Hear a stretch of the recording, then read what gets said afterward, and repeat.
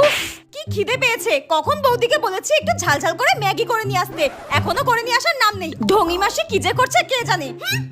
উফ, এই নাও ধরো তোমার ম্যাগি, খেয়ে নাও ধরো। এখন তোমার নিয়ে আসার সময় হয়েছে তাই না ম্যাগিটা? খিদেতে পেটটা আমার জ্বলে যাচ্ছিল, আর ওনার এখন নিয়ে আসার সময় হয়েছে। ঢঙি মাসি একটা। এবার খেয়ে দেখি কেমন হয়েছে।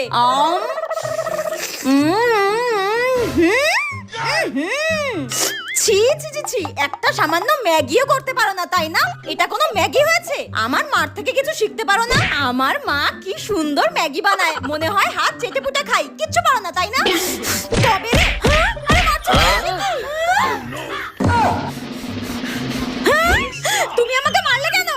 তোমার মাই আমাকে সেদিনকে গল্প করেছিল যে তোমার ননদ যখন ছোটবেলায় খেতে চাইতো না, চুলির মুঠি ধরে নাড়িয়ে দিতাম, টপ টপ করে খেয়ে নিত। আর সেটাই তোমার উপরে এখন আমি অ্যাপ্লাই করলাম।